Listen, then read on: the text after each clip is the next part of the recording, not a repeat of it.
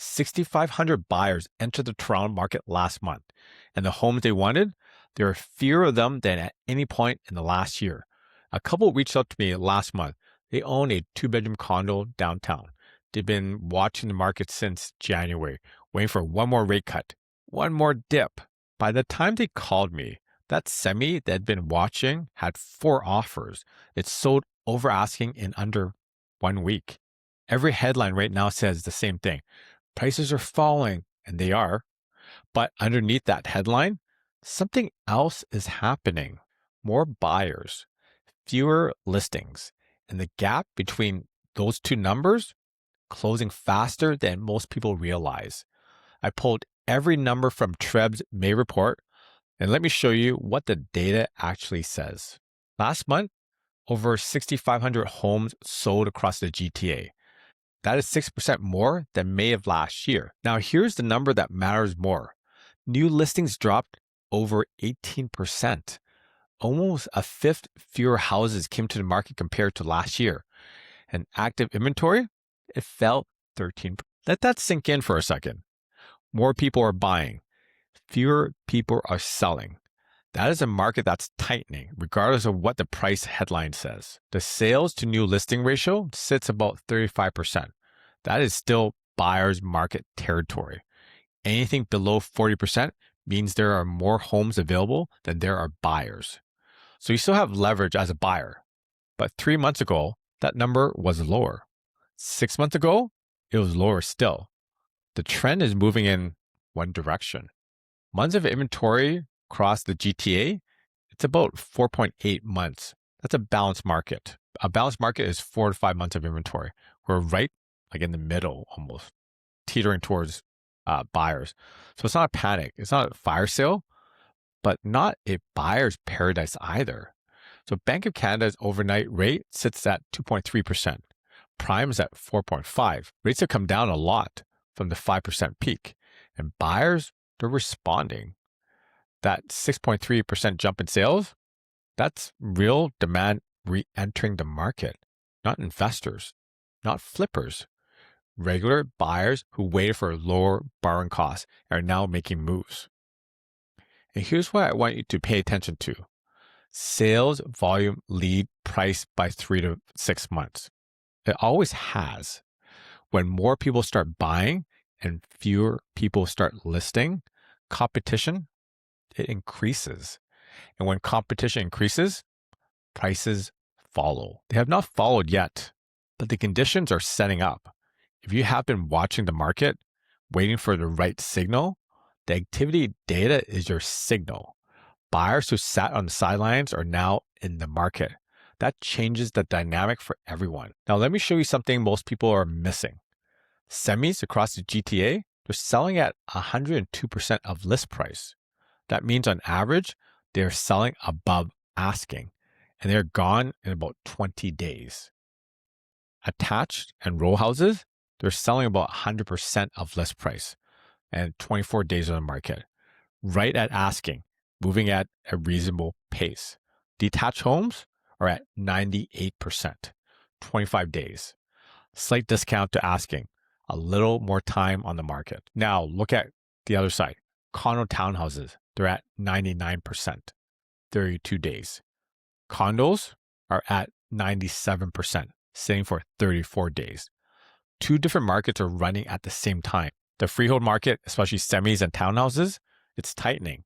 Sellers are getting their asking price or more, so buyers are competing. The condo market is the exact opposite. Sellers are accepting 3% below asking. Listings are sitting for over a month. There's no urgency on the buyer side. If you own a condo or a condo townhouse and you think about moving to a semi or a townhouse, this gap is the single most important number in this entire report. You're selling into a 97% market and buying into a 102% market. That spread matters. It affects your net position on both sides of the transaction. 3 months ago, that gap was smaller. Semis were not selling over asking, but now they are. The freehold market is pulling away from the condo market. Every month, it pulls further. Your move-up math changes and not in your favor. So let me zoom into the city of Toronto because the GTA numbers, the averages, they include Mississauga, Brampton, Markham, Oshawa, and dozens of other cities. The city of Toronto, it moves differently. Toronto East, it's the tightest market in the city right now. 103% selling to list price ratio across all home types. 20 days on the market, 3.7 months of inventory.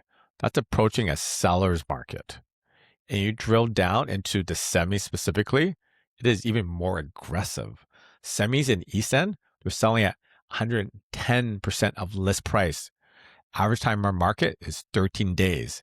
That is multiple offers over asking in under 2 weeks. There's no room to lowball in that segment right now. Toronto West, it's balanced.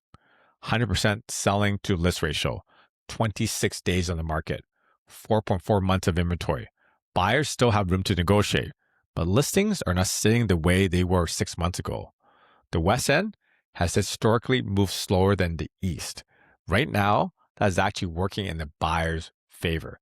You have a window, but the activity number says the window it's getting smaller. So what does balance actually mean in practice? It means if a semi list in Junction or Bloor West at a fair price, it'll sell close to asking within a month. You're not fighting for offers like you are in the East End, but you're not getting 5% below asking either. Balance means the negotiation is real, but so is the competition. Toronto Central has the most supply, 97% selling price to list pricing ratio, 29 days on the market, 5.6 months of inventory. That is where the condo towers are. This is where the investor-owned units are hitting the market. So if you're a buyer in the central core, you have the most leverage of anywhere in the city.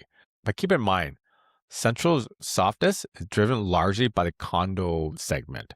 If you're looking for a freehold in Midtown or the Annex, the numbers look very different from a one bedroom at Yonge and Bloor. If you find this useful, take a second to subscribe. I'm just shy of 1,600 subs at the moment. And from your subscription will help me keep on making videos just like this. Now, let me put this together for a specific group of you. If you own a condo or condo townhouse in the city of Toronto, you're thinking about selling to buy a semi or a freehold townhouse, here's exactly what you're looking at. Your condo in the city of Toronto is selling at 97% of list price. Average time on market, 33 days.